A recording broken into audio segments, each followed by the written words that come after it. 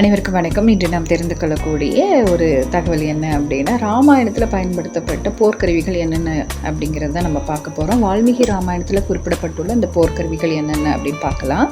அதாவது உலக்கைகள், இரும்பு உலக்கைகள், தடிகள், கதைகள், உழலை தடிகள், இரும்பு தடிகள், இரும்பு பூன் கட்டிய தடிகள், சுத்திகள், பட்டாக்கத்திகள், அரிவாள், வேல் வகைகள், தோமரங்கள், பலவகை ஈட்டிகள், பேரீட்டிகள், பலவகை கோடாரிகள், வஜ்ரங்கள் அதாவது சக்திகள், கூரான கோடாரி, பலவகை சூலங்கள், பாசக்கயிர்கள், நாகபாசம், பெரிய சம்மட்டிகள், கொழுக்கள், பட்டசங்கள், மின்னும் சக்கரங்கள், சிறிய சக்கரங்கள், பெரிய சக்கரங்கள், வேலாயுதங்கள், பிண்டி பழங்கள், சதகினிகள், பிராசம், முத்கரம், பலவகையான வில்கள், பிரம்மாஸ்திரம்,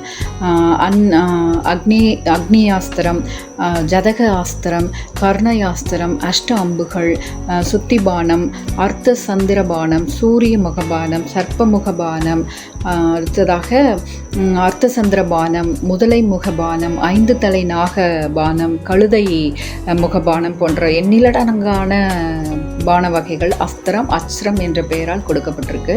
இவை வெவ்வேறு நாளில் வெவ்வேறு ஆட்களால் பயன்படுத்தப்பட்டிருக்கு. அதாவது ஒருத்தர் நாகாஸ்திரத்தை போட்டால் இன்னொருத்தர் கருடாஸ்திரத்தை போட்டு அதை தடுப்பார். இந்த மாதிரியாக இந்த போர்க்கருவிகள் பயன்படுத்தப்பட்டதாக நம்ம ராமாயணத்தில் அறிகின்றோம். நன்றி. மீண்டும் ஒரு புதிய தகவலோடு நாளை சந்திக்கலாம். நன்றி, வணக்கம்.